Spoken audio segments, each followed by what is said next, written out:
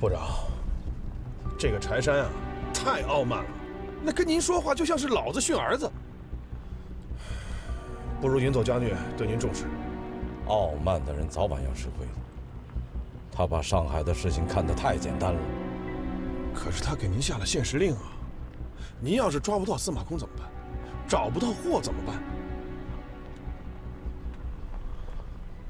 哎，部长，我倒是有个办法。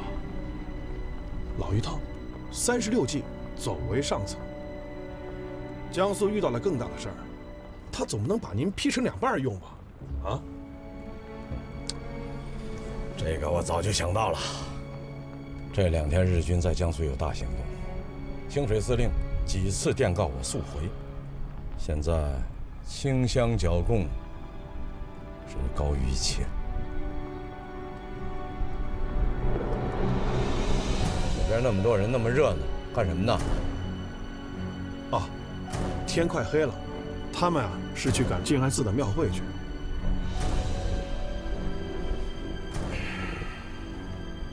我马上去周淮海那里，把你的意思跟他讲一下，你去不去？院长啊，现在是怎么看我怎么不顺眼，我就别去添乱了。我在前面下车吧。司机啊，前面停车啊。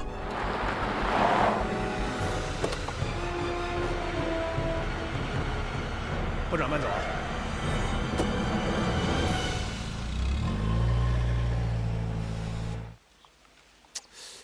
去！空哥，帅哥到。你小子昨天晚上没对舒言怎么样吧？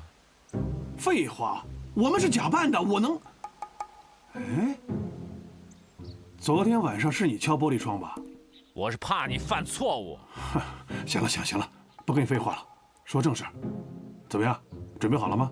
准备好了，分了3组，一组去虹口，一组静安寺，还有一组去仓库。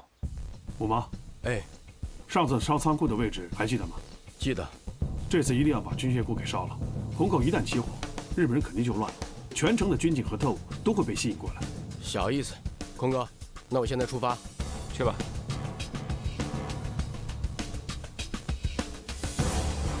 我告诉你啊，陆路现在很紧，水路比较松，你们只能用船把货运走。拿到货以后，马上离开上海，一刻都不要停留，知道吗？对了，有个事儿我跟你说一下，毛人凤算个屁呀！他去参加庆功会，日本人一眼就看穿了，气死我了！我今天早上才收到电报，我比你还气呢。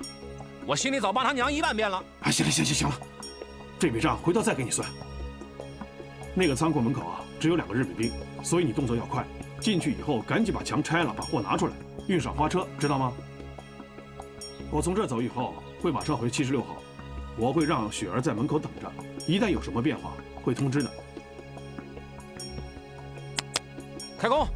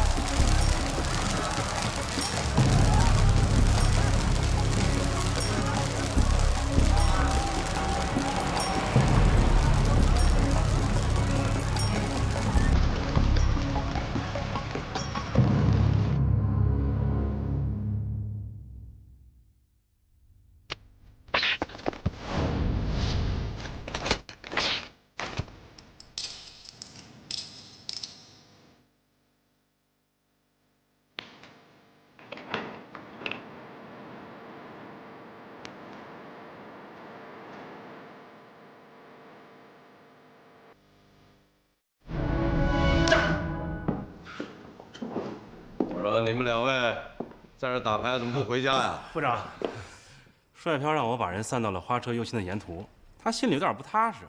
我说没什么大不了的，这花车游行啊是当地老百姓的习俗，可他还是不放心，非要拉我在这玩牌守着。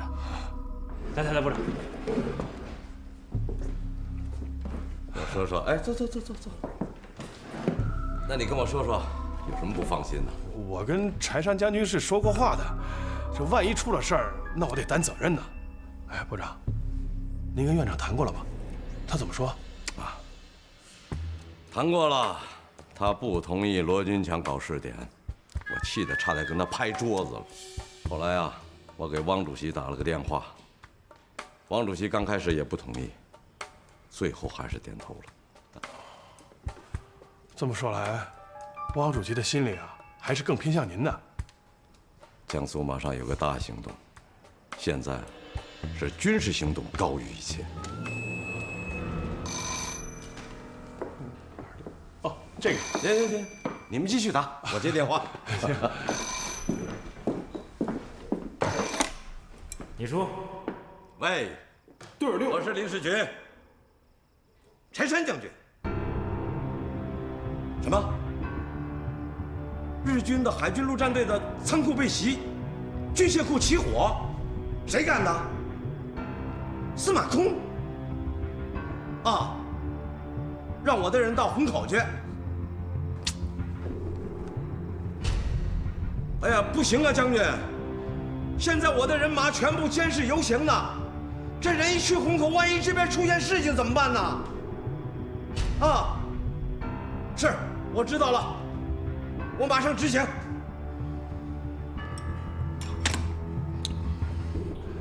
部长，您答应他了？柴山将军口气很急，我怎么办？志将，你带所有弟兄到虹口，封锁整个地区，配合日军行动，一定要拿住司马空，明白吗？明白。哎，这我知道你唧唧歪歪什么。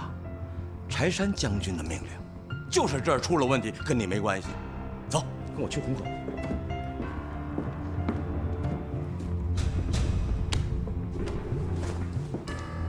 八嘎，怎么搞的啊？你看看。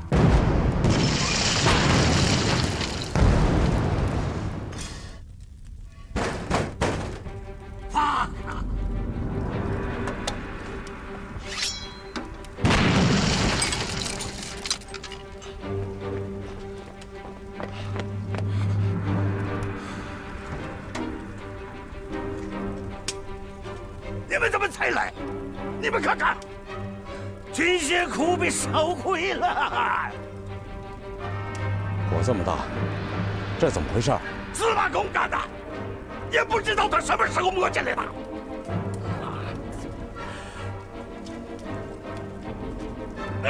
看看这。小日，老子就是你们窝里的耗子，你想逮老子，老子就烧了你的窝。军统司马空，他也太猖狂了，他就像只老鼠一样在这活动。上次烧的仓库，这次又来烧。这是你的失职，你不是说要亲自抓到他吗？你是怎么修补的？将军，这个事儿啊，还真不能怪部长。白天本来我们要搜查虹口的，你们的人不让啊。天下人都知道，最危险的地方就是最安全的地方，这个道理。好了，你的人都来了吗？都到齐了，我还担心城里的游行呢。蛋！我现在还顾得了这些吗？还顾得了城里吗？现在日本人的安全是最重要的，明白吗？把你的人统统的撒开，地毯式的搜索，我就不信司马空还能飞出去。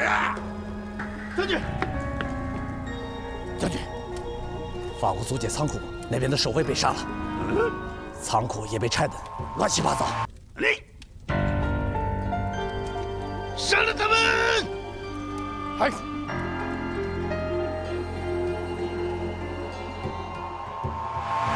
行了，箱子都搬上车了，一件可都不少啊。你们也赶紧走吧。晚了的话，敌人会把各个路口都封锁了。放心吧，码头那边我都安排好了，我亲自要走。那谢谢你，也谢谢共产党。谢就不必了，大家都是为了抗日，咱们后会有期。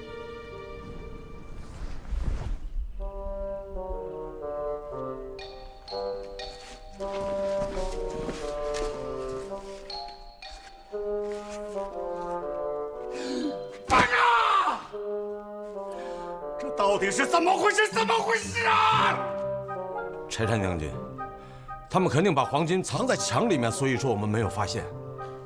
这是司马空用的调虎离山计，他先在虹口区闹事，把我们的注意力吸引过去，然后把货悄悄地运走。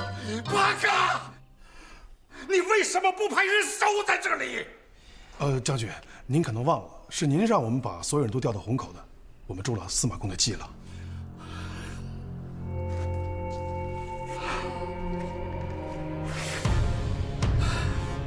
他们能把货拿到哪里去了？一定是那个游行队伍，也只能是他。他们把东西混在人群当中，运出城了。那我们还待在这里干什么？派人追啊！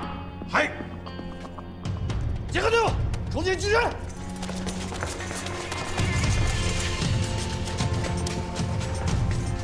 八哥！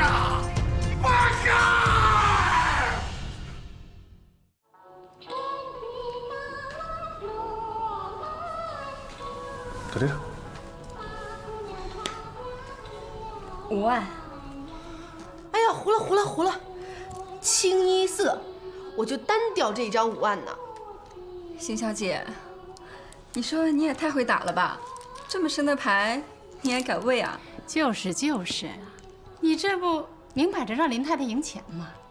这林太太一上午可不知道胡了多少把。哎，行了啊，你们两个别胡说。这舒媛呀，刚刚学会打牌，已经打得很好了。愿赌服输，快，拿钱！来，又赢了。林太太，你手气可真壮啊！今天就是上海滩的赌神和赌圣在这儿，也得把兜里的钱乖乖的掏出来给您。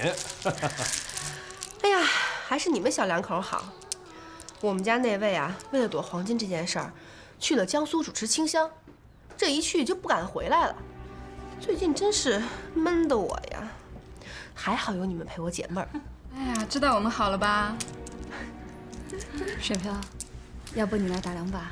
对，帅漂啊，你来打2把吧，让舒媛呀再好好学学，省得他们呀又说你们喂我牌。行，我来。哎呀，我就来陪几位太太打2圈。我要是输了赢了，你们可别说我啊。没事，好，放心。林太太，我最近这些天啊，也是闲着没事儿，要么我再去趟湖州，把之前咱们那个茶叶生意啊，再给它捡起来，怎么样？我正想跟你说这个事儿呢，你要是也有这个意愿，就太好了。行，那我下午就去。来，继续。天天和这群人打交道，还必须阿谀奉承，这让我恶心。现在知道我的难处了吧？打入敌内部的潜伏工作，不是你想象的那么简单的。我快撑不下去了，这就退缩了。我还以为身为共产党的邢大小姐有多厉害，不过如此嘛。要不是你还不算讨厌，我是真的撑不下去了。仅仅是不算讨厌，好像没说心里话吧？听好话还听上瘾了，我还偏就不说了。看来啊，我们这对假夫妻还可以再蒙混一阵子。什么叫一阵子呀？时间就是再长点儿，以我这么善于随机应变，他们也看不出破绽的。什么？时间还要再长一点？怎么？你不愿意啊？没有，我就是想了解一下你的想法。啊，对了，你刚才为什么要答应他们去湖州进茶叶？我要去湖州啊，自有我的道理。到时候到了那儿你就知道了。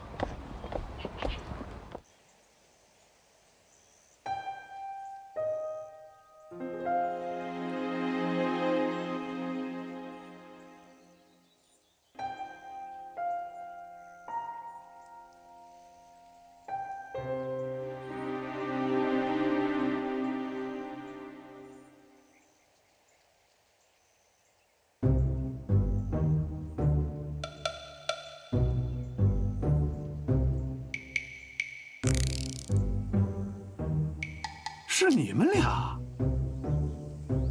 你们俩这又是唱的哪一出啊？告诉你一个好消息，戴老板对你的评价很高，希望你能成为我们军统的上校。哼，就跟你们俩叫花子一块儿啊？乔装打扮，你懂不懂？从重庆到上海，鬼子的关卡那么多，对不对？行了，别废话了。舒元跟我一块儿来的，现在正在屋子里做饭呢。想吃饭的人就跟我来吧。哎，做的多吗？舒远，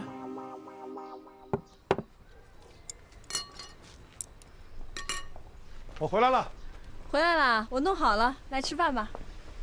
哎呀，舒元啊，你今天做的这些饭恐怕不够吃啊。因为我在路上遇到2个叫花子，特别可怜，重庆来的。进来吧。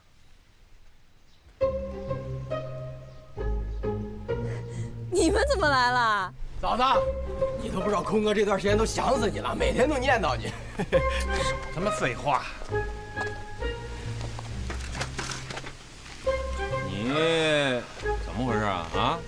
不在上海好好待着，你跑出来跟他鬼混什么？你看你现在瘦的，都脱了相了都。你们是逃难出来的吗？啊？你们先聊，我办点事儿啊。他是真饿坏了。是这样的，林世群去江苏主持新乡了，其实啊，还是受黄金事件的影响。他怕柴山责怪他，就跑到苏州去，不肯回上海了。看我闲着也是闲着，他太太啊，就非得让我到乡下来收茶叶，想要再赚一笔。赚什么外快啊？我还不知道你压根儿就没想把这钱交给林世群，你就想自己留着，对不对？租界被日本人占领，地下党经费来源断绝，我们确实需要这笔钱。早干嘛去了？啊，早干嘛去了？当时你们搬那黄金，留一箱不就够了吗？我都做好心理准备了，结果你们1箱都没拿。哎，你们共产党真够死心眼儿的。知道戴老板当时最怕的是什么吗？就怕这批黄金运到你们新四军那儿去。哎，话说回来，戴老板也确实是以小人之心夺君子之腹了。这就是共产党和国民党气度胸怀不同的地方。舒元，刚才司马跟我说，他们戴老板啊，准备给我一个上校干一干。我跟你说实话，我就是宁肯给共产党打杂，也不愿意要这个上校。哎，行了行了行了，别废话了，吃饭吧。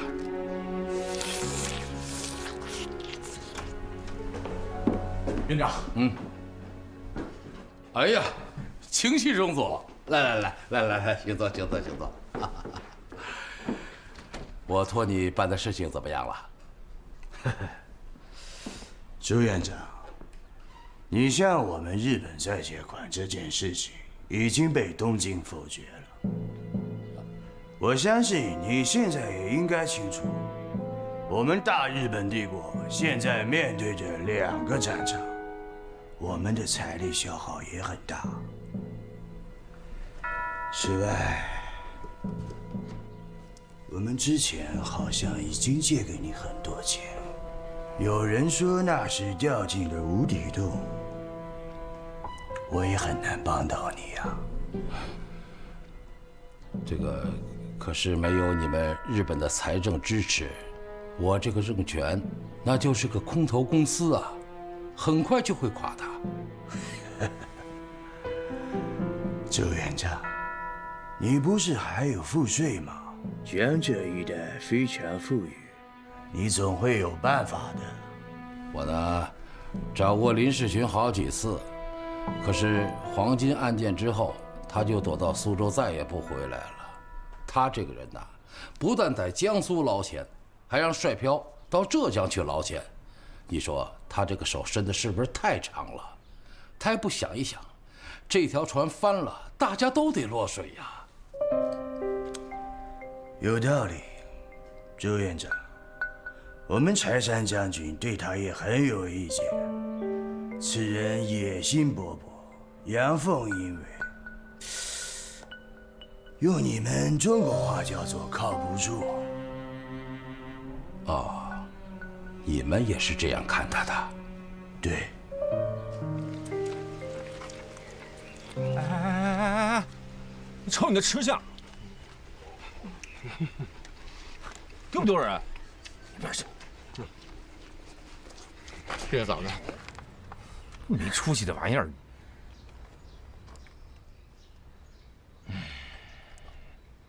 要不说你这上校不当也罢，你瞧我这将军，还跟人要饭呢。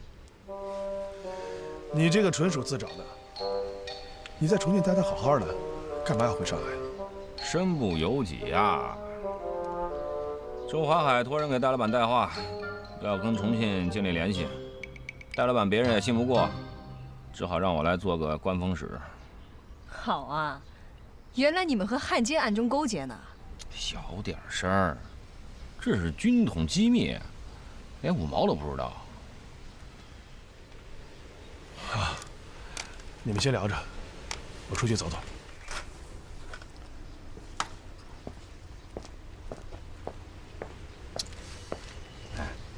舒雅，这几个月你跟帅飘天天在一起。司马空，你一开口我就知道你要说什么。你呀，太无聊了，吃吧你。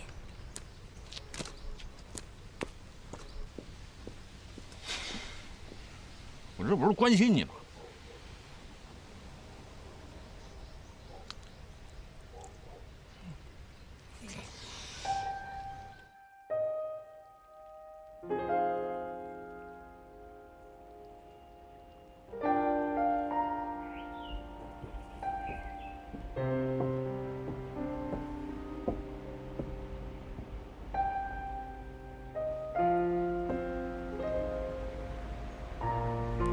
在想什么？我刚才听司马空讲的事，我就知道了。敌人已经慌了，他们在找退路，他们动摇了，他们的政权不稳固了。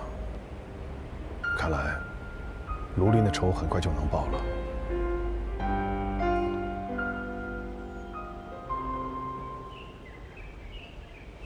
哎呀，空哥。我现在是真的很同情你，看来这次啊，你是彻底没戏了。少他妈废话，追老子的女人多了去了，没看见那重庆朝天门啊排成大队了？看见了。我就说那些排着队的人是看你的吧，那六子非说是看什么话剧《皇帝金山》的，不懂事儿，我会教育你。六子说的，啊，我看就他妈你说的，你说的。哎呀，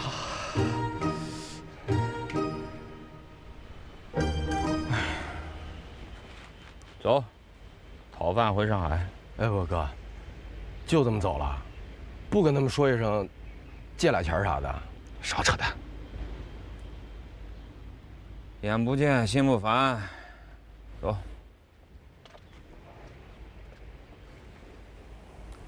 看见这块石头吗？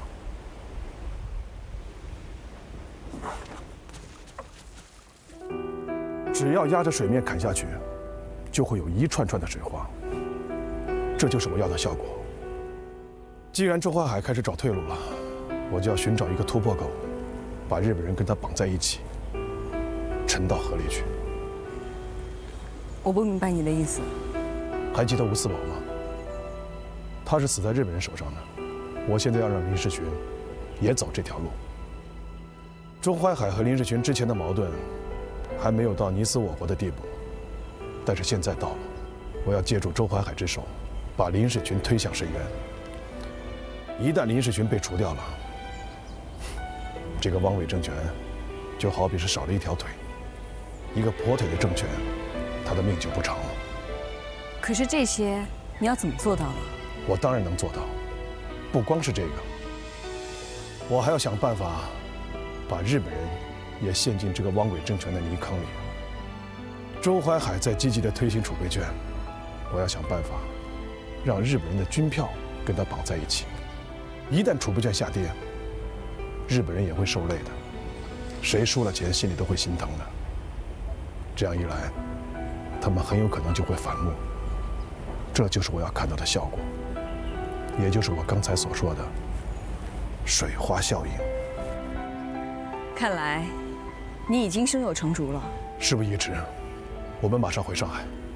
我们现在就走？可司马空他们还在这儿呢。他早就已经走了，刚才一直在上面盯着我们呢。他们刚才在这儿吗？我怎么没看见啊？这可能就是所谓的观察力吧。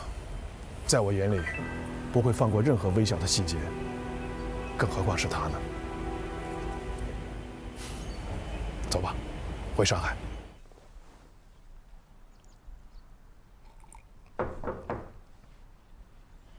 进来。院长，秦七中佐他走了。走了，带来一个好消息，也带来一个坏消息。哦，刚才汪主席来电话了，他说现在正是江苏清湘剿共的关键时刻，要您立刻拨款2000万，在下周之前必须拨付到位，不得延误，否则清湘剿共将功亏一篑。这个林世群学乖了，要钱不在我面前提，到汪主席面前那儿说。2000万，他狮子大开口啊！我听说他把江苏保安军的军权弄到手了。这保安军原来是由罗君强掌控的，他在汪主席面前说，罗君强是安徽省的主席，却掌控着江苏省的兵权，这是一个怪态。所以汪主席把他的军权给撤了。罗君强是我的人，他是冲着我呀。我还听说，他的下个目标是由您亲自掌控的税警团。他现在到处放风，说财政部已经下放了苏锡常的税赋给江苏。他这是招招见血，处处都是致命伤啊！上帝要人灭亡，必先使其疯狂。汪主席性格软弱，他能忍，我也能忍。可是日本人就不能忍了。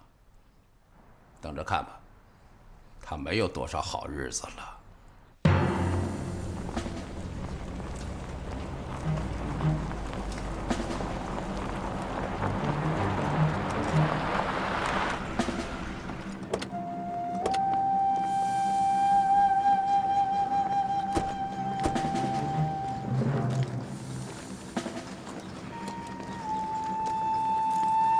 这是什么部队啊？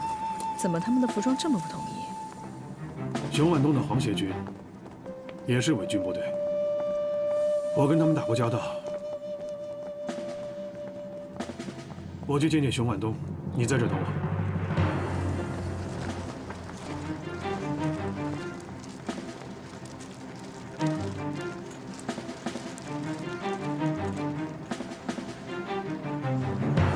报告，司令，这个人说他要来见你。熊司令，哎呦，帅彪，熊司令，正好开车路过这儿，碰见你的部队，特意来看看您。怎么的？您这是要哪儿开法呀？这不是带兵江苏，围攻清湘县，这刚暖和地儿又搬家。看来熊司令心里是不愿意啊。也是，这浙江是多好的地方，您在这是老大，这到江苏去剿共，那是苦差事啊。话又说回来，能让您从浙江挪窝，给了不少好处吧？狗屁！就给了我100万的储备券，只能买10万斤粮食，我正恼火呢。就是，这10万粮食，也就够你这1万人马走到江苏的。到了那你怎么办？这是日本人的命令，不得不听。您不能说了，到地儿给我钱。嗨，这江苏还有保安军呢，这一个个都是张着嘴要吃奶的婴儿。我跟你说，这林部长，那就像是个奶妈。这个奶妈呀，她奶水还不足，你又不是她的亲生儿子，能吃上奶吗？等轮到你，奶都没了。您到江苏啊，就等着挨饿受冻吧。那你说怎么办？熊司令，您是老江湖了，还用着问我吗？不见兔子不撒鹰啊！你就拼命的哭着要奶喝，这奶妈再不给奶啊，你就不参加任何行动。不给军饷，谁给他卖命啊？有道理，帅瓢啊，不打不成交。哎，对了，那个茶叶你给我赚了不少钱，我得谢谢你。别谈谢谢，没准我帅飘以后还有事儿要求您。好了，保重，先走了。保重。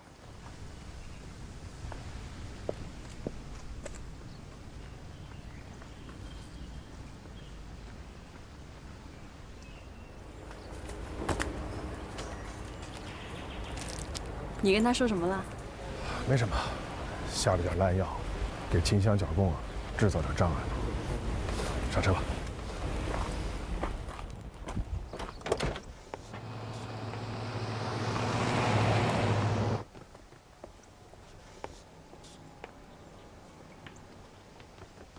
哎，周队长，什么事这么着急啊？部长回来了，周院长把他堵在了办公室，俩人正吵着呢。他们俩吵架不常有的事儿吗？这次闹大了，我得赶紧去请那情急中佐过来调解一下。行了，不跟你说了，我得先走了。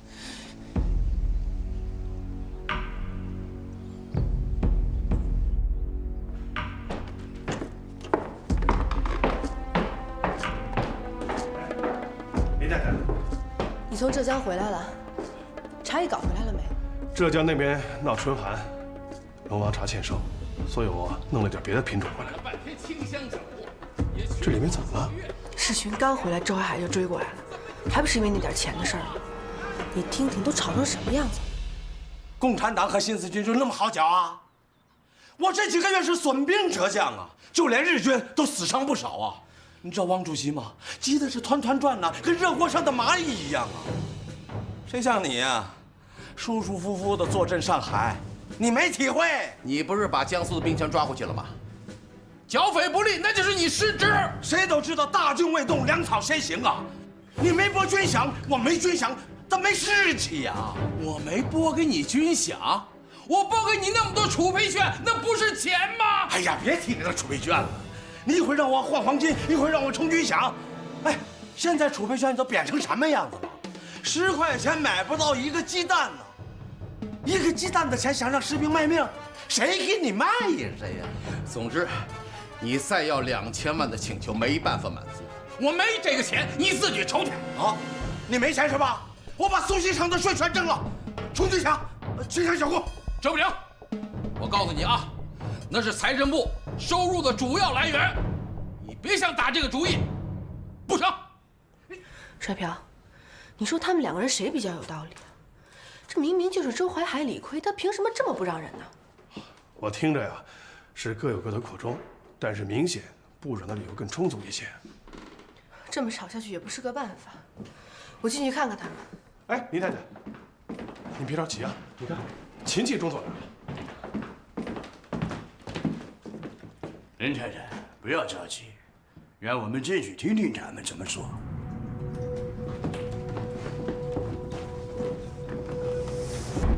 周院长，任部长，你们都是大人物，何必像小孩子一样在这里吵架？情冀中佐说的是啊，你们2个吵架的声音外面全都听见了，吓得我们连大气儿都不敢出。情冀中佐，你来的正好，我们的财政情况你最清楚了。现在4处要米下锅，我这粮库里根本就没有米，可是他呢，还向我要2000万，我就是个金鸡，我也下不来这个蛋呢。那我前线的弟兄们怎么办呢？没军饷剿不了共啊！我再说一遍，我拨给你多少储备券，那不是钱吗？我不是说了吗？储备券10元买不了上厕所的纸啊，不如直接用它擦屁股了。部长，院长，原来你们争了半天就是为了储备券的事儿啊，其实好解决。你说的轻巧，怎么解决？对付贬值最好的办法就是印制大面额的钞票，现在最大面额是500吧？你可以印1000的、5000的、1万的，甚至是10万的，那不就这个2000万军饷不就出来了吗？对呀，好吧，林部长，咱们就定下了，2000万，我给你。你出什么馊主意啊？面额都是1万的，那2000万不就相当于原来2000吗？哈哈，你什么都没出，让老子拿一堆废纸啊！部长，您别着急呀。其实这个办法最重要的还是日本支持。哈，我知道你们已经无力了，而且也不愿意借钱了。可是南京政府现在有困难，你们总不能撒手不管吧？当然不会。那就要拿出实际行动来。其实也不难啊，只要宣布日本军票和储备券对等地位流通结算，储备券就会稳定下来。那部长，您的2000万军饷就还是2000万。可是这样对日本军票风险很大，万一储备券不断的贬值，那直接会影响到军票。秦周佐，院长和部长都在为你们卖命，你们总得给一点道义上的支持吧，要不然说不过去呀。我觉得帅彪说的很有道理，清崎中佐，就请你赶紧向上面报告。好吧，你们的意见我会上报给东京，就请他们来决定。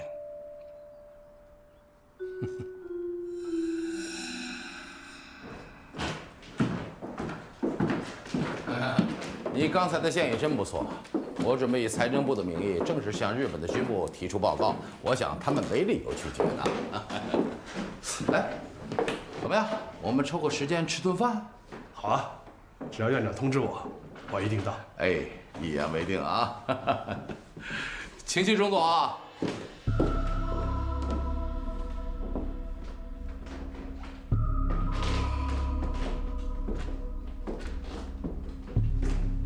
好，部长。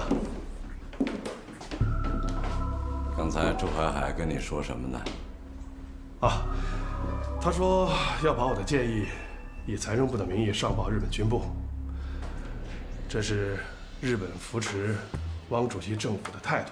我觉得这事儿能成，只要日本军票和储备券对等流通，那储备券就稳定下来了，您就不亏了。帅彪，你跟我说实话，能稳定多长时间？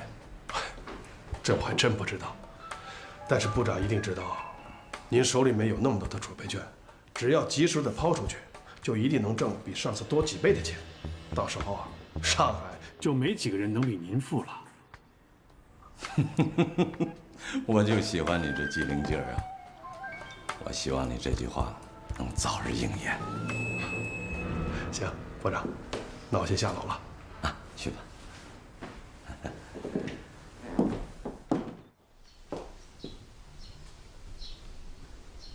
雪儿，就你一个人在这儿啊？啊。帅彪哥呢？他没有跟你一起回来吗？哦，没有。雪儿，你放心，我们俩这都是假扮的，平常很少碰面，就是需要演戏给别人看的时候才会在一起，你明白吗？是吗？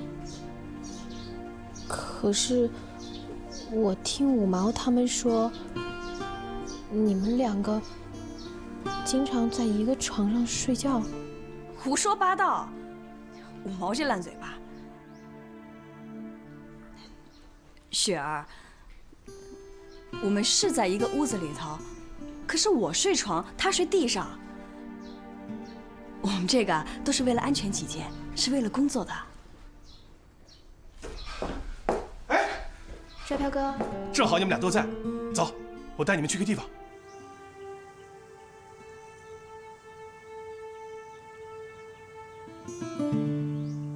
应该就是这儿了，进去吧。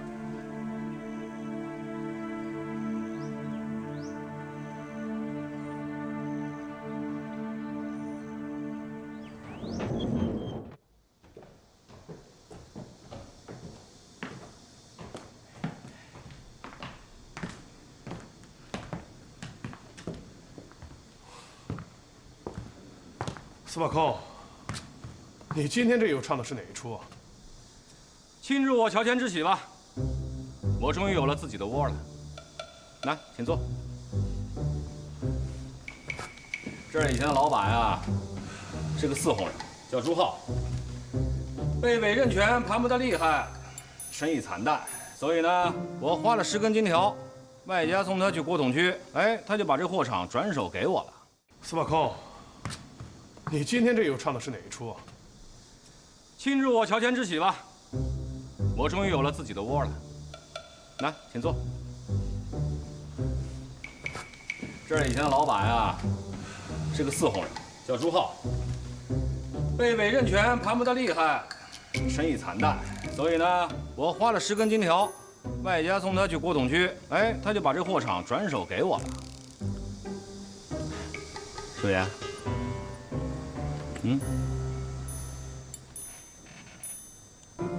这货场以后里里外外随你去啊。司马空，你今天神神秘秘的把我们招来，我还以为有什么大事儿呢，就为了这个破事儿啊！哎，也对哈，你乔迁之喜是不是应该请我们吃个大餐什么的呀？我欠你的啊！楚媛，雪儿，一会儿咱们去吃牛排，某些人别舔着脸跟着来啊！行行行，在你们去吃牛排之前啊，我跟你说点正事儿。周淮海为了钱的事儿，跟林世群在76号大吵了一架，秦器来调解的。我当时给了他们2个建议。第一个建议，印制大面额的储备券，这样一来的话呢，就帮了周淮海的一个大忙。第二个建议，让日本军票和储备券等价流通，这样一来的话呢，又帮了林世群一个大忙。但是这2个建议的要害，就是加速通货膨胀，促使汪伪的经济迅速的衰退，让货币大幅贬值，把日本人也给绑进来，让他们跟着一块倒霉。周淮海、林世群都不是傻子，他们能不知道这个建议的后果吗？他们当然知道，可是他们愿意。知道为什么吗？因为他们可以从中大赚一笔，赚的是满盆满钵。这帮人呢，他们都是只管自己，根本不顾这个政权的安危啊。上层都是这样的腐败，下层是什么情形，就可想而知了。这个政权啊，我看是长久不了，因为他们都在自己挖空自己。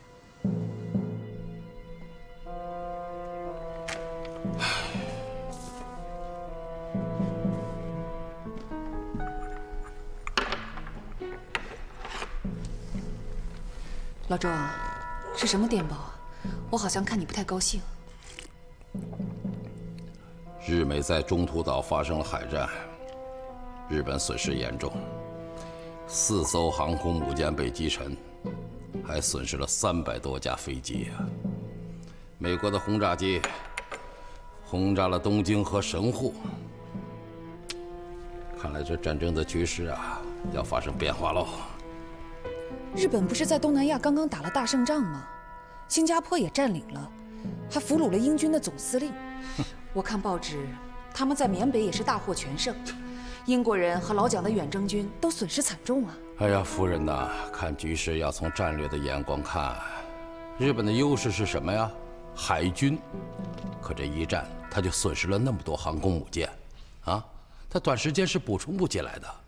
这海上的优势一旦丧失了，他又是个岛国，没有任何后备的战略资源，这战争就很难打下去了。我还是第一次看你这么悲观，你觉得日本会战败？好了，不谈这个了。我告诉你啊，我今天跟林世群大吵了一架，就为那2000万。后来呢，帅票给我出了一个主意，让我印制大面额的钞票，我同意了。我决定把储备券的面额提升到10000元。现在市面上100元都买不到什么东西，10000元券，那不会造成物价飞涨吗？这储备券从一发行就在贬，早晚要贬成那样。所以我说，夫人，赶紧把你那些储备券提前的抛出去，把它换成什么金条啊，还有其他的硬通货。我估计林世群也想这么干，所以你必须走在他的前头，这样我们才能赚到大钱。哎呀，现在这个局势啊，只有自己赚够了钱，才能有真正的退路。夫人，明白吗？我明白，可林世群就像一只拦路虎，你总得想个办法才行啊。我早想好了，我决定拿掉他这个江苏省主席。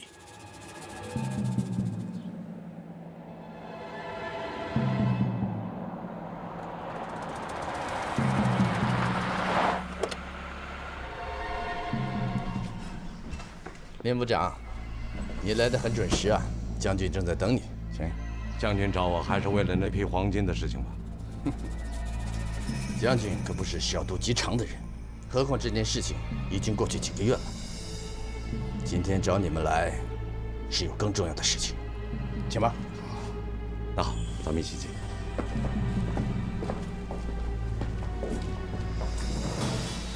将军，他们到了。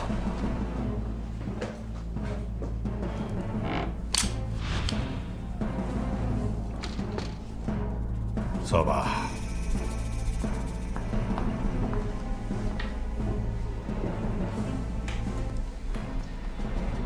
找你们来不是为别的事，听说是你的建议，让日本军票和储备券等价流通，是这样吗？是的。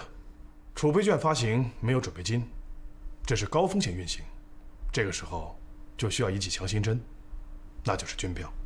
那你明明知道这是高风险，为什么还要把军票拉进来？你是什么目的啊？将军，货币发行总得有个兑换基础。现在美元和英镑是不成了，如果跟日元兑换，你们肯定也不会同意。可是汪主席的政府缺乏资金，而且我听说他连借钱都借不到了，没办法，只能这样。我们大日本帝国现在正在对华作战，你把军票拉进来，万一跟储备券同样贬值怎么办？那就是信心问题了。如果军票能进来，汪主席就更加有信心了。那么多的财政专家对维持货币稳定都没有信心，那这个政权还怎么维持啊？这是原则问题，将军。既然日本不愿意借钱，又不愿意拿日元兑换，那总得做点什么吧，哪怕是道义上的，否则的话，人们还怎么信任你们？哎呀，你们的汪主席和你们的信心都同样脆弱。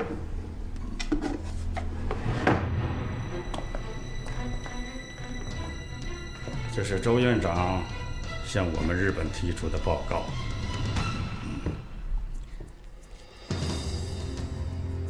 他去了南京，因为军票的介入事关重大，所以军部特意让我来在这个方面多了解了解情况。我对这方面也不大懂，但有一条我必须要强调。将军强调什么？一旦军票介入，任何人都不能搞小动作。大家都要维护金融的稳定。如果谁要是在这个方面动心思，影响了军票的地位，那可别怪我不客气。我的脾气，你们大家都是了解的。我要对我的国家负责任，我的意思你们明白吗？明白。将军放心，只要另一方面不搞事儿，我当然希望能够保持金融稳定的。我这个宝贝哪走好，他就是爱走火。我真不希望他走火，万一伤了我们的林部长，那对我们大日本帝国可是一个巨大的损失哦。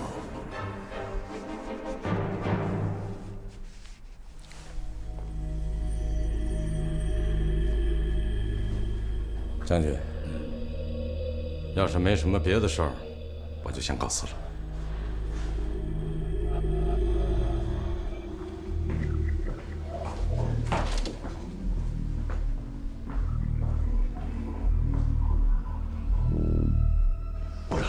部长，咱们这是兴冲冲的来，吃了个鳖呀！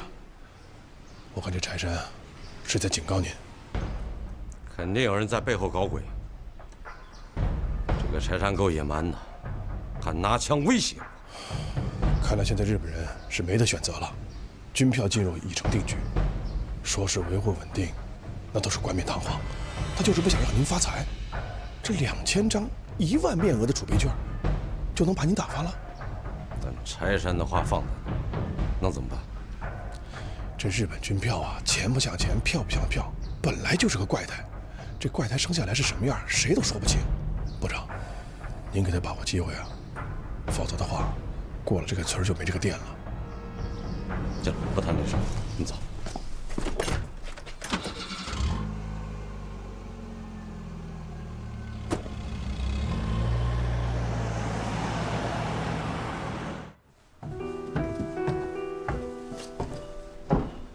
舒言，老郑你来了。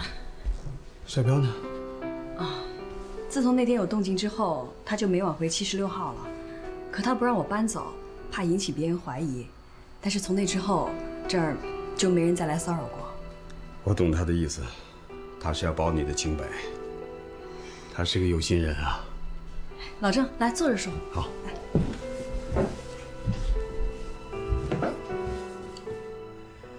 我刚刚得到消息，日本人同意他们的军票和储备券流通，帅票这一计策奏效了，把他们绑在汪伪的破烂战车上，这回可有好戏看了。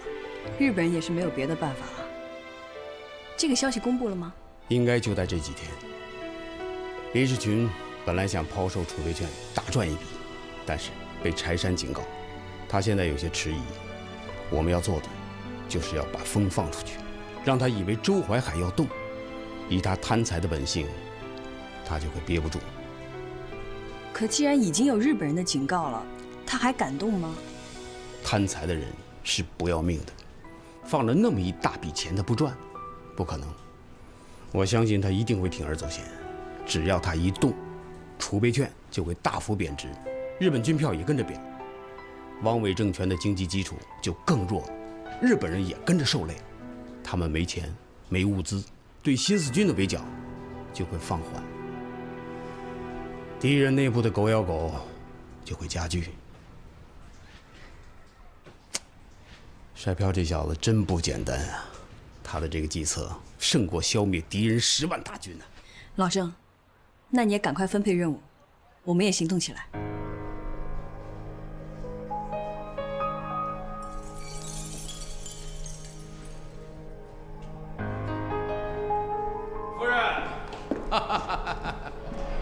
哎，老周，这么快就从南京回来了？是啊，不是说要去10天半个月吗？我见了王主席，我们2个人呢又一块儿去了日本派遣军总司令部。我们俩一出边，这事情办得就很顺利啊。这日本人不能不给我们这个面子呀，所以军票流通的事情很快就定下来了，不日即将公告。你那边是很顺，可上海马上就有了风言风语，储备券这2天涨了。哦，有利好消息。哎呀，这储备券迎风而涨是好事啊！怎么，夫人你还忧心忡忡啊？哎呀，就怕这个不正常啊！我想起了上次你到杭州，储备券一开始也是大涨，后来就猛跌，我们整整损失了1000万呢。你想，这消息是绝密，只有极少数人知道，怎么就起风了呢？等等等等，你是说有人故伎重演？那可是要掉脑袋的事情啊，他敢吗？一个流氓，要钱不要命，他有什么不敢的？就怕我们这次又要损失巨大了。不是，你还记得那天晚上我跟你说的话吗？我们不能让林世群抢在前面，赶快出手。我就是在等你这句话，佛也在等你这句话。不要大张旗鼓，我们找个经纪人，我们俩不能出面，不能让他们抓住把柄，懂吗？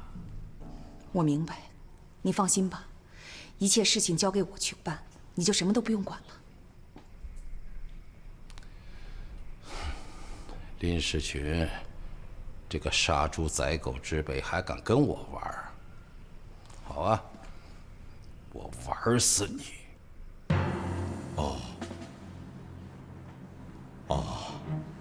好，我知道。非常感谢你告诉我这些事儿。好，再见。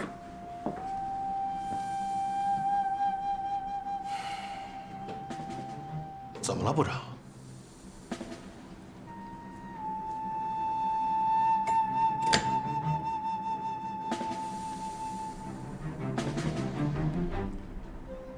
周海海收买了熊万东啊，把他的部队编入了税警团，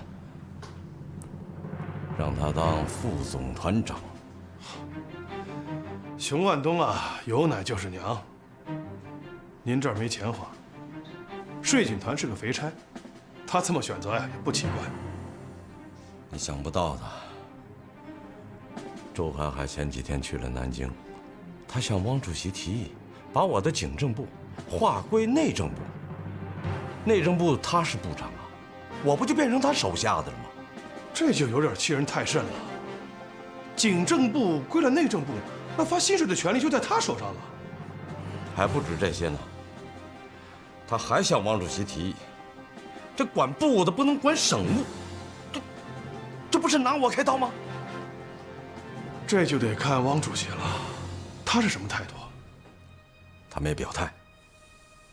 哎，这周淮海嚣张的都不顾廉耻了。世群啊！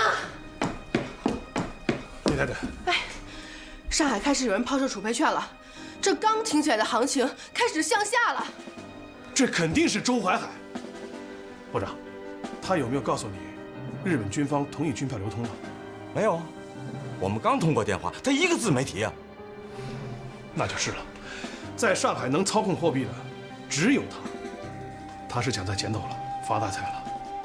他发财了，那我们可就输到底了，怎么办啊？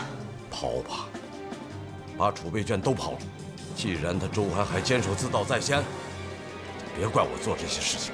部长，您这么做太英明了，否则的话就人财两空了。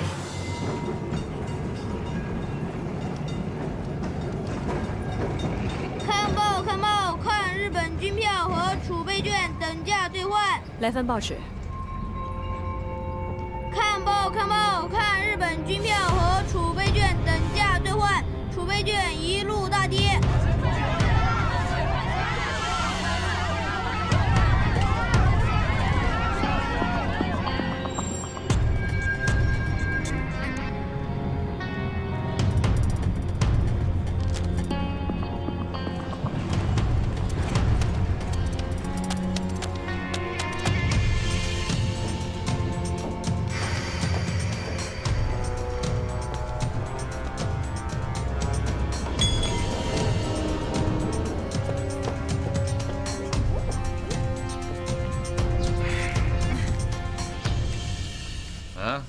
我说你们可以啊，储备券拉的日本军票大幅跳水，帅飘这小子得意坏了吧？你怎么了？这不也是你想看到的结果吗？我没怎么，我就是一想到帅飘这小子得意的样子，我就心里不舒服。就因为这个啊？你吃醋就吃醋呗，找那么多借口干嘛？谁吃醋了？是我就是吃醋了，怎么了？我的女人，哎，我的女人被他勾搭走了，我吃醋怎么了？啊，我告诉你，你俩要再这样发展下去啊，我就生气了，我气急了，我死给你看，我让你后悔一辈子。司马空，你实在是太无聊了，那你就去死吧，我还有正事儿。你有没有事跟我说？没有就走了。哎，行，你走吧，你也马上就得回来求我。我告诉你，这事儿帅票可帮不上忙。什么意思？想知道啊？晚上过来找我，放心，我不会让你白跑一趟的。就讨厌你总卖关子。哎，走开，别挡道，挡道的就是小狗。谁来求我，谁才是小狗呢？军票刚刚流通，储备券就大大贬值，比跳水还快。派全军司令部非常不满。你是向我怎么保证的？这件事情你怎么解决？将军息怒，政府为军票等价兑换储备券做足了准备，我们也估计到了种种可能会出现的情况。汪主席对此十分重视。刚开始的势头很好，可这个时候，半路杀出个程咬金，有人大量的抛售储备券，整个市场行情完全被破坏了。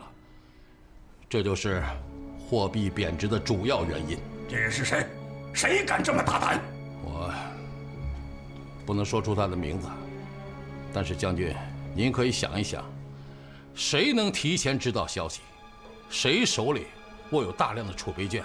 谁又能抓住这么好的时间？谁又敢赚这笔不义之财呀？巴卡，林世群。我不是警告过他吗？他长几个脑袋？他不要脑袋了？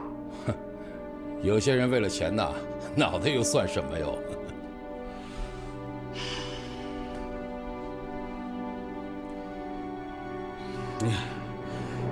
你给他打电话，让他跑步到我这儿来，我就要见他。哎，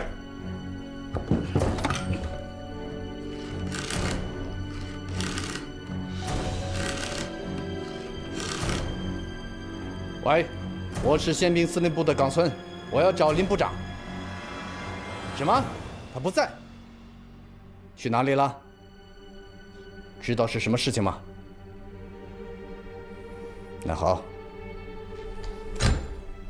将军，他们说林部长不在76号，说有急事去了江苏，连中午饭都没吃，就赶到苏州去了。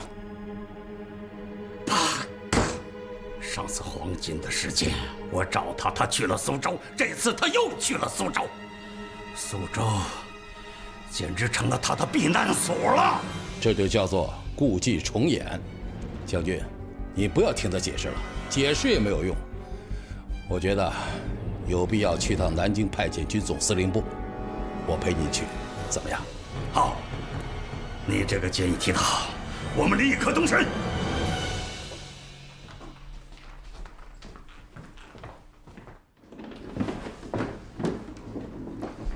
帅票，你来找部长啊？他不在，他去苏州了。哎，上午跟我在一起的时候也没提起过，怎么匆匆忙忙就走了？怎么回事啊？是清水司令从苏州来的电话，说这南半仓附近发现了几个重要的共党头目，日军已经出动了一个旅团把那边包围了，部长就着急赶过去了。我不跟你说了，我也得着急过去呢。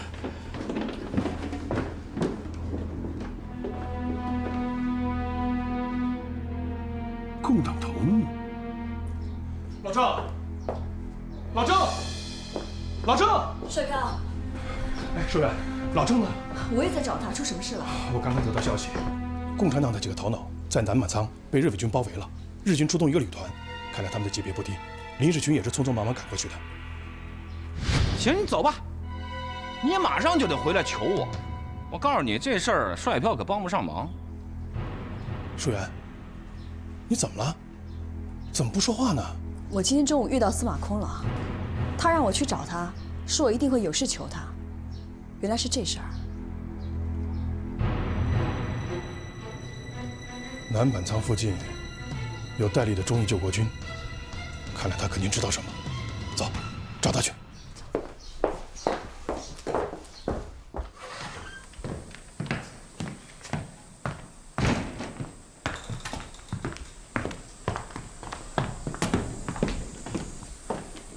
我说你要来找我吧？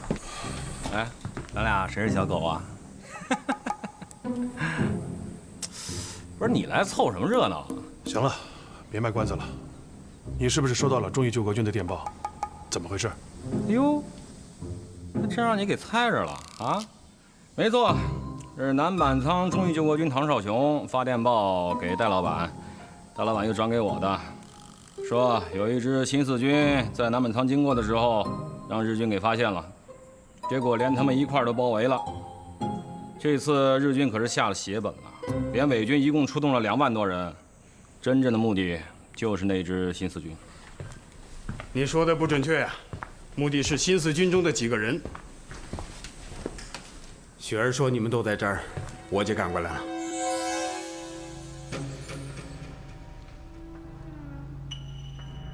目前的军事态势，日军松下2队分别占了京寨、道口、马场和薛家村，就是这儿、这儿、这儿，还有这儿，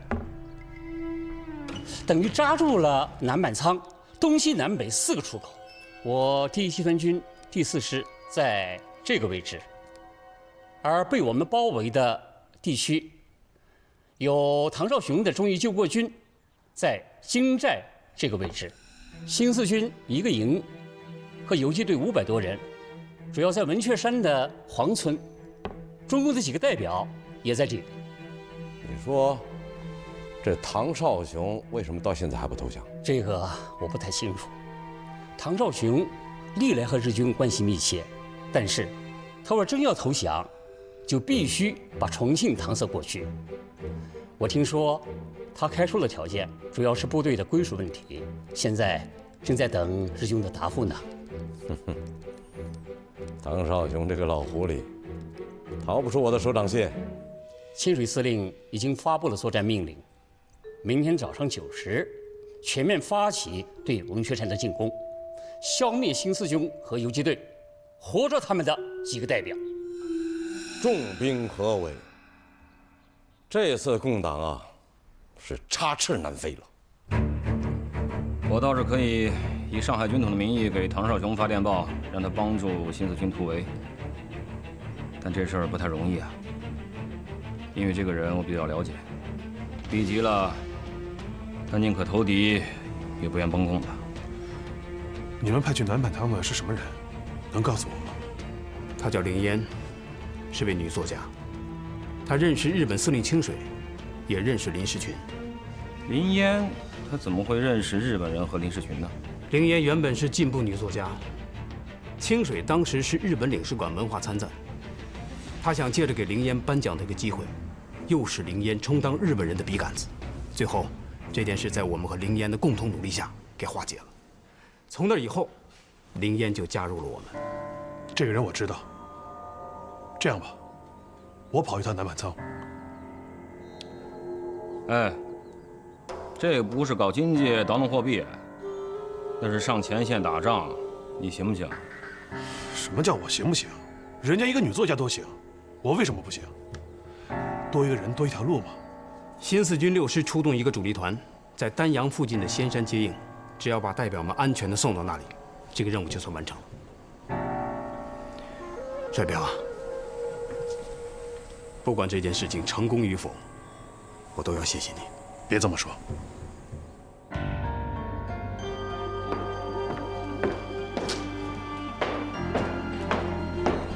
马上去办。是。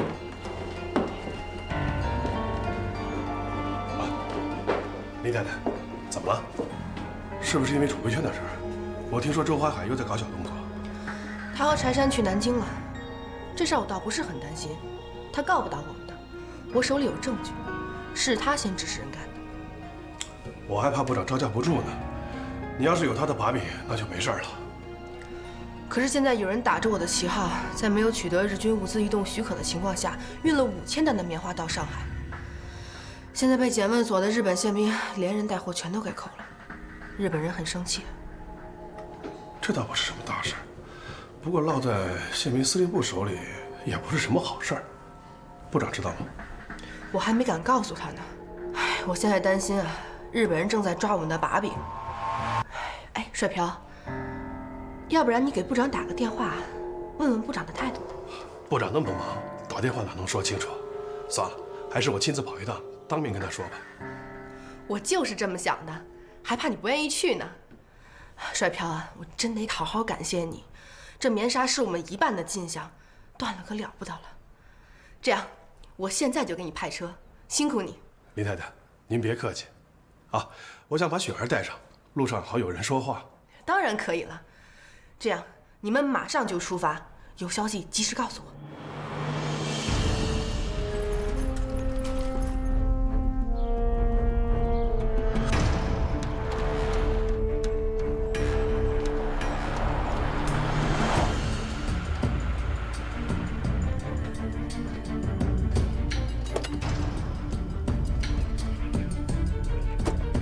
甩飘，我还以为我看错人了呢，你怎么过来了？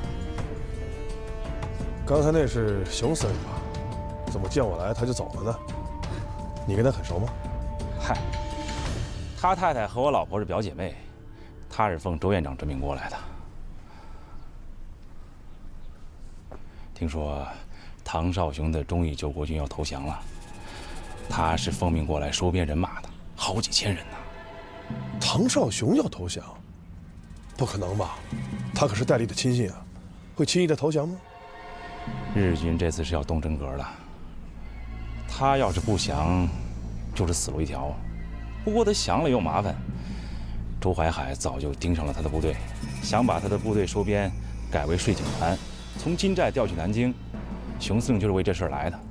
不是，那林部长岂不是鸡飞蛋打一场空吗？部长和院长有矛盾，大家早就知道，就看谁先下手了。日军明天就要总攻文雀山了，唐绍雄今晚就要把部队给撤出来，给日军让出一条进攻通道。要不部长今天怎么赶到南坂仓来呢？他就是想跟他见一面。哦，我有重要的事情要面见部长，他在吧？他在里边跟一个叫灵烟的女人谈话呢。走，我带你过去。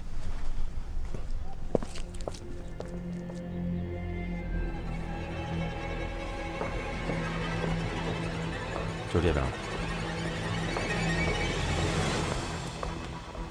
哎，着什么急啊？没听里边正谈着话呢。咱们先在这儿等会儿。这里是剿共前线，有来蛊惑军心者，杀；图谋不轨者，杀；为共党说相求情者，杀。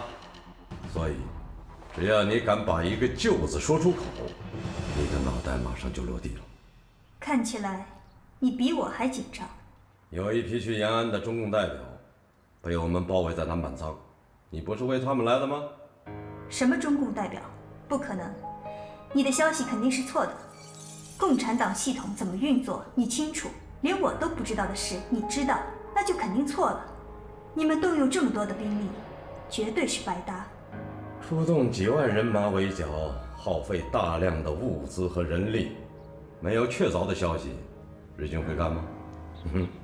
这么说，真有共产党代表落入包围圈？赵队长，他们正在谈重要的事情，我就先不进去了。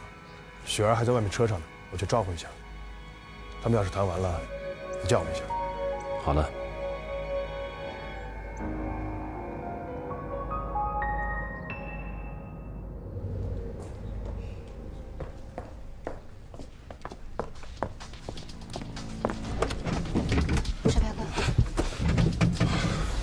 雪儿，你给共产党跑交通，老郑有没有交代你联络方式？有，怎么了？他们共产党有个叫林烟的女人，在里面和李世军谈话。我听明白了他的意思，但是我不方便和他见面。你在这守着，一旦他出来，就把这个交代。我要跟他说的话都写在上面了，别让别人看见。放心吧，我知道该怎么做。如果有可能的话，问一下下一步的打算。给我按摩。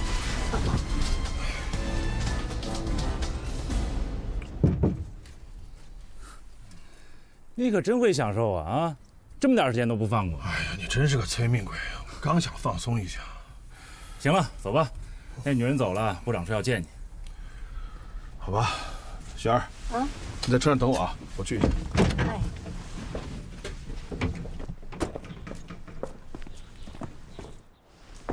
部长，刚才叫凌烟的那个女人，你们见到了？啊，见到了，在走廊上碰见了。我们见了她出去，不过没打招呼。这个女人是个麻烦，离她远点。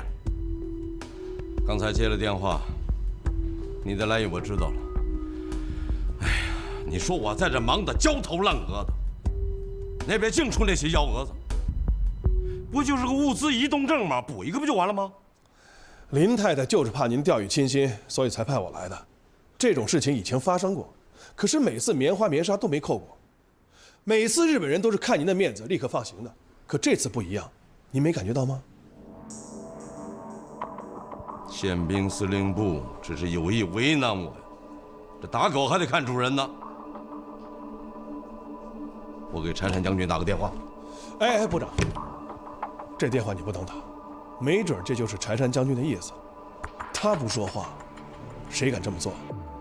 您现在打电话就是往枪口上撞，到时候老账新账跟您一起算。我看不如等一等，看情况如何发展。报告，部长，林烟没回上海，而是去了日军司令部。胡闹！日军司令部，我不是让你把他护送回上海吗？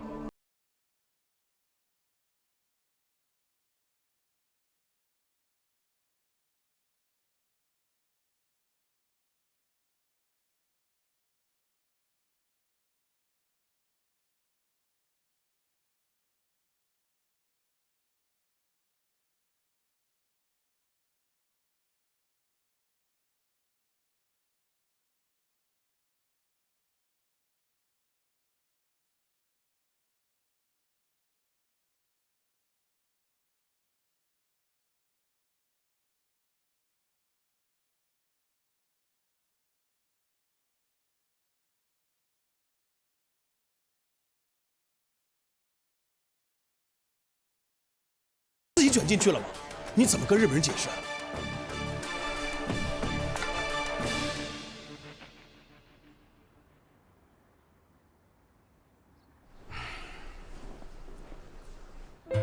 帅飘他们到了吗？他们到了。林世群知道林烟去了金寨，他也给清水打电话，被帅飘阻止了。否则的话，林烟不光去不了金寨，反而他的自身会有更大的麻烦。帅飘向林烟通报了敌情，这非常及时。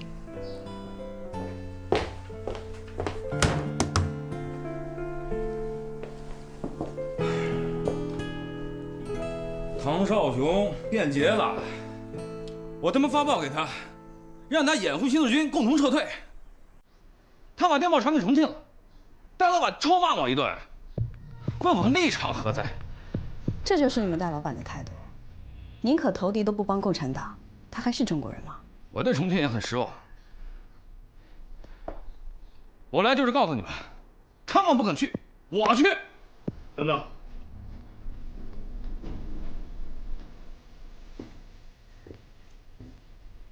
你能有这份心，就已经足够了。如果你现在赶过去，反而会帮了倒忙。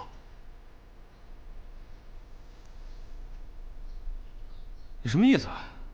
我的意思是，我们的人已经去了金寨，帅飘正在协助他。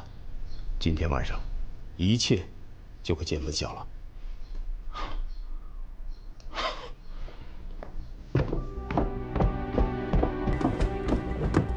司马空，这么快就走了？我不走，留下来还有什么用啊？没听老郑说吗？我去了，那也是帮倒忙。我看呀，你们有帅飘就足够了，我还是撤吧。怎么？堂堂军统上海站站长司马空也有服软的时候，这可不多见呀。我算是看出了，一件事赶不上，我件件事我都赶不上，我算是被帅飘远远的甩到后面了。这话不对啊！你有你的战场，他有他的战场，你们都是在为国家、在为民族做贡献，不存在谁甩谁这一说。况且，帅飘他是自由人，只要他自己的意愿就可以投入进来。而你不一样，你还要听军统戴笠的指挥，身不由己。我理解你的。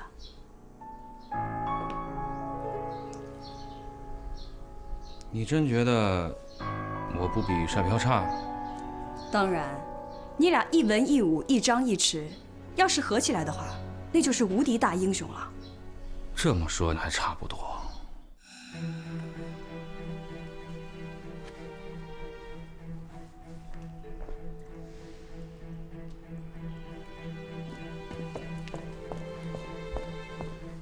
雪儿，你怎么进来了？那个熊万东在外面老是盯着我看，怪吓人的，我就进来了。纸条给林渊了吗？给了，他说他要设法去金寨。他和唐少雄以前打过交道，认识他手底下的一个团长。这个团长是个有正义感的人，他准备策反他，趁唐少雄晚上把部队拉出来的时候，让那些共产党跟着铁团混出来。他有把握让那个团去丹阳投新四军。